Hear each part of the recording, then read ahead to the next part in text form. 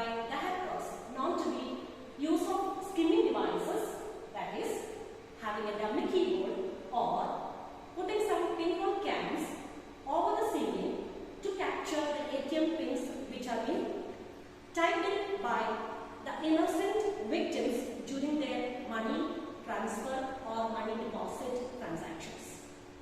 Moving further to the last part of 5 years ago transactional fake data manipulation, it's that the fraudster would make us to click on any app which is having a link, but it appears so similar to a normal authorized app, and in this manner the messages, maybe any kind of other contact details would be passed across from our device by having control on the device through the app or on the email attachment clicks, which in turn backfires to extract the different banking, financial, secret details which had been done by us during the same process. But why we are not able to get an alarming message to the same thing is, they are being doing this process by having a masking web page overlapping to the actual web page wherein we carry out the financial transaction.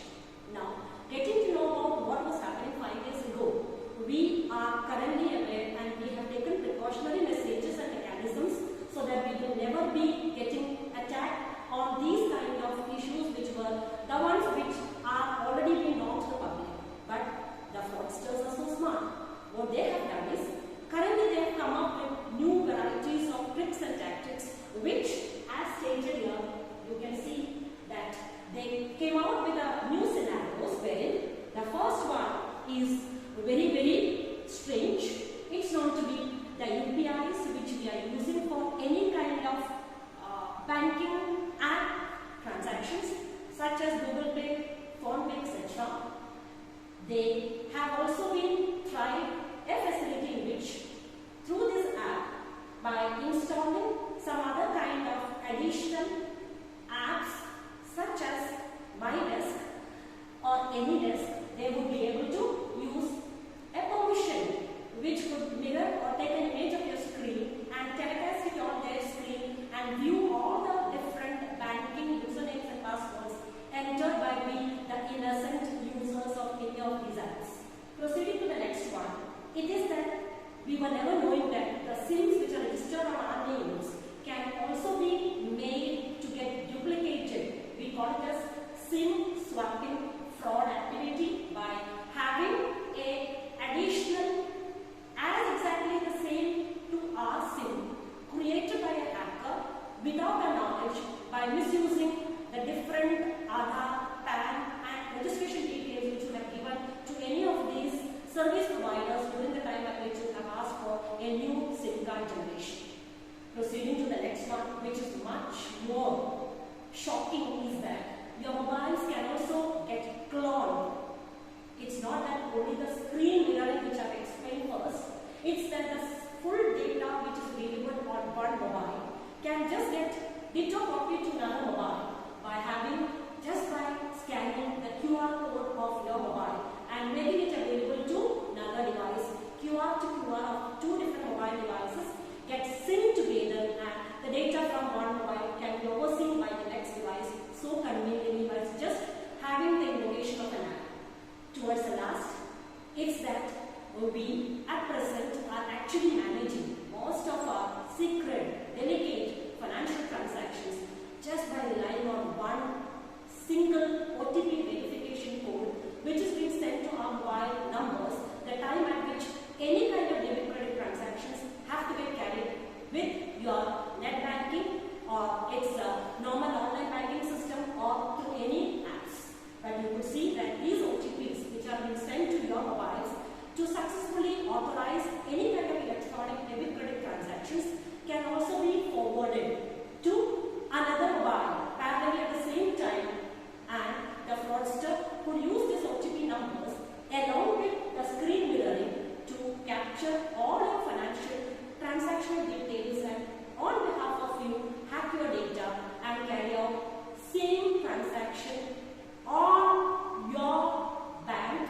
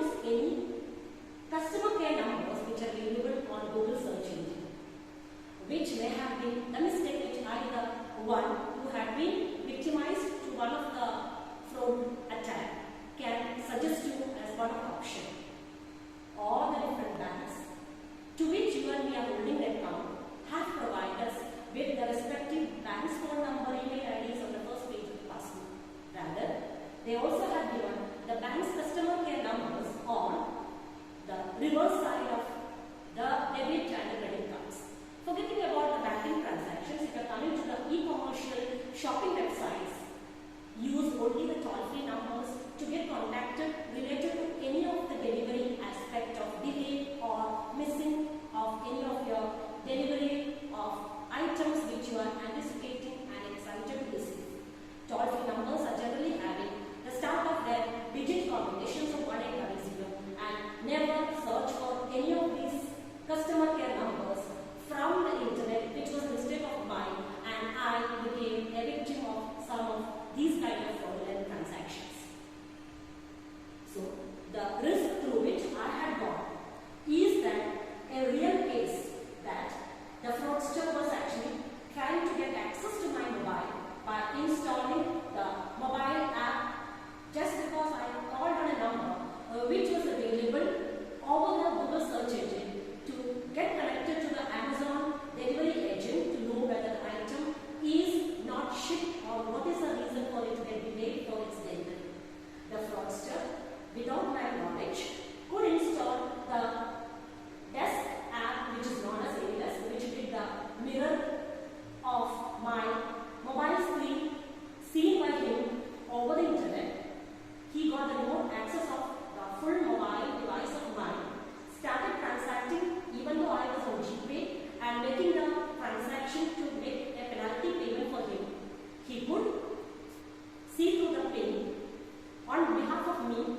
He can use the same PIN number and all the banking details were also being hacked by him simultaneously, and he had also used an SMS forwarder app which forwarded the OTP which was supposed to come to my mobile to make it confirm that it is that a debit is going from my banking account. Rather, he had completed the transaction of taking this same amount to his account, and also he was continuing to carry out similar transactions to my account till the account became with a balance of zero.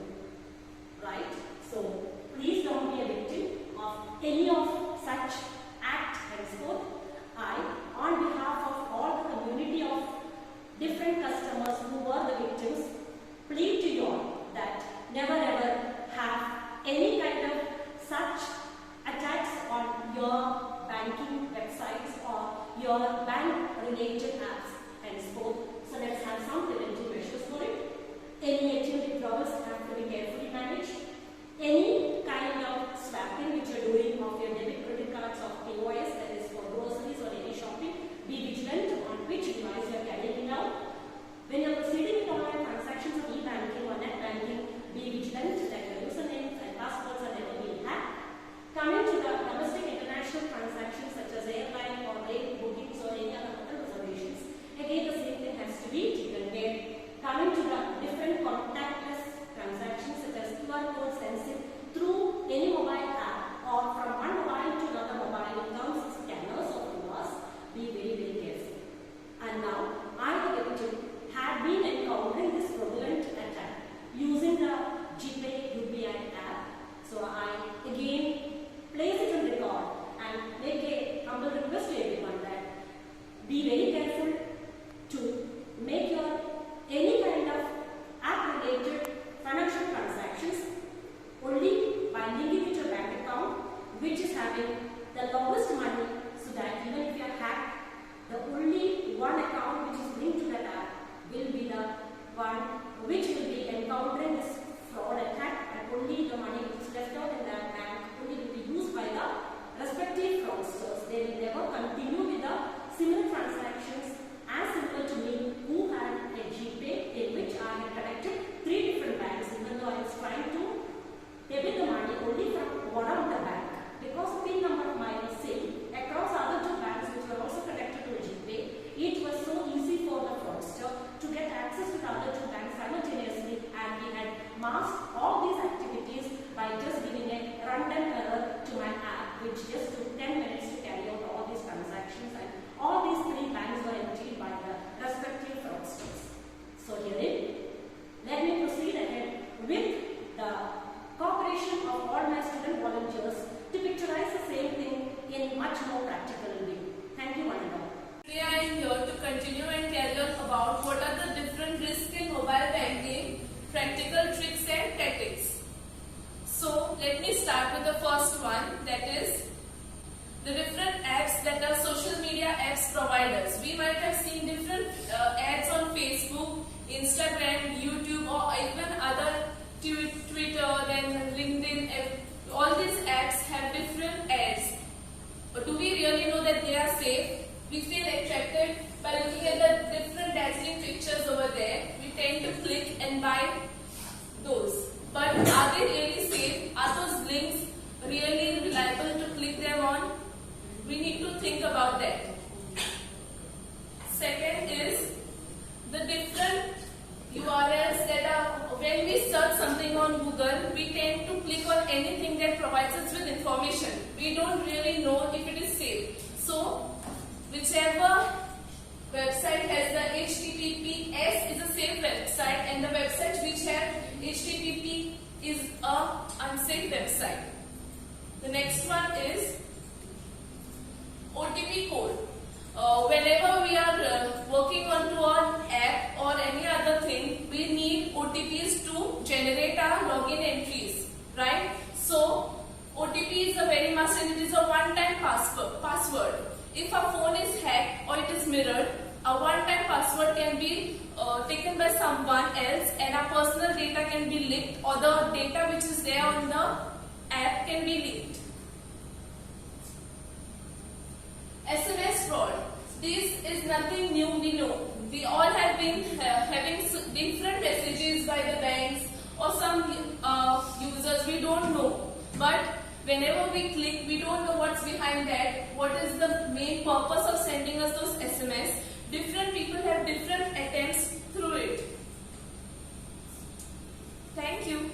I am here to give awareness about cybercrime under financial fraud, and I am here to tell you about mobile cloning. Mobile cloning means transfer of data from one device to another device.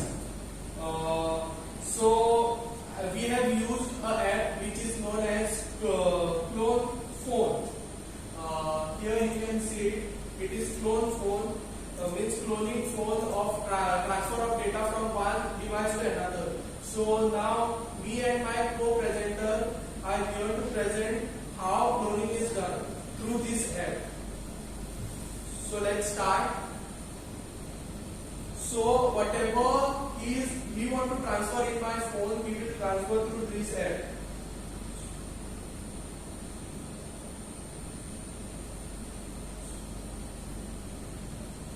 So like this, we have to first scan the QR code to transfer the data.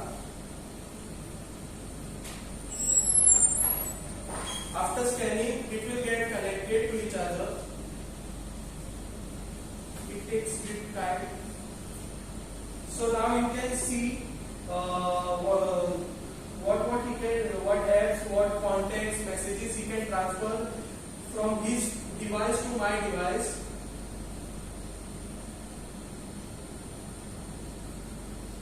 So now I am transferring music from his device to my device. So let's start. So here you can see how the transfer is going on. So like this, you can transfer any data from one device to another through cloning, and this is only one example of one app. There are many apps in which you can clone your phone. Thank you. So let us start with another app which is called as SMS Forwarder. So this app basically transfers my messages to another. Means if I get a message from someone, it will transfer to another phone. So let us start. This is the display. First filter phone number to my phone number. So my messages will transfer to that number. So second is push, where it will be displayed which messages is forwarded. So let us start by putting my number. So first is forward message. So we have forwarding messages, so we have to forward SMS. So I am putting my number. So I have put my number. I will save it. This is the permission which the app is asking. So we have to just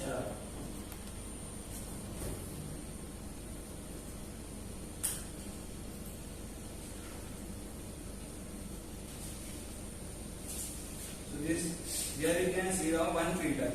I have saved my number to this. Now we'll see a message coming in. So here is the message. Here is the message which was sent. This app supports all the apps with like WhatsApp, Instagram, Facebook. All messages will transfer to that mobile. So in local we can see who have the number which the person has sent and what the text is about. And if we want to forward our notifications or related to apps, we can just filter the second option and we can put our number. This app supports multiple numbers. Thank you. So let me start with my another app. This is AnyDesk, which helps to mirroring one phone to another phone. So my partner had explained how cloning is done. So let me start with my new app AnyDesk, which helps to mirroring one phone to another. So this is the interface where this number is displayed. We have to download this app on both the phones, where you will see our number. This number we have to put on our phone and enter it.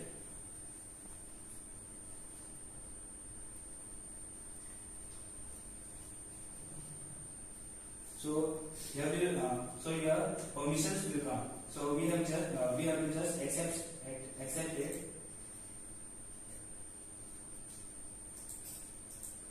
Start now.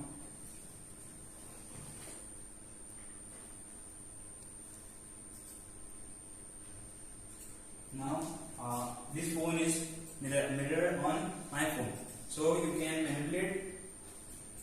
manipulate it anyhow. Like it can be seen on this phone. The same which is displayed on there is seen on my phone. So here you can see option. Here you can see an option where all the items which are related to that app is displayed here. So first is a toolbox here. Second is the input, means keyboards. Third is the window display, which is displayed on my phone. And fourth is all the tools or screenshot applications and download of the application. So the last option is cancel, where you can cancel and go out of the app. The second is keyboard. First, there are three types of keyboards. First is shortcut keyboards. Second is the normal, and the third is which we use on the WhatsApp. And after that, there are three types of mouse. One is tap mouse. Second is the cursor mouse, and the last is the gesture mouse. In the third option, here we can put any type of displays of a mobile. Third is the flash option, where you can just screenshot this display or screenshot this. And second is we can upload our data to another. Third is we can download this. If there is an image on that phone, we can just download it. And this is the fourth is the history or all the details of this phone, where first is username, your hardcore, securities, and network addition. Means the SIM card on which the phone is working.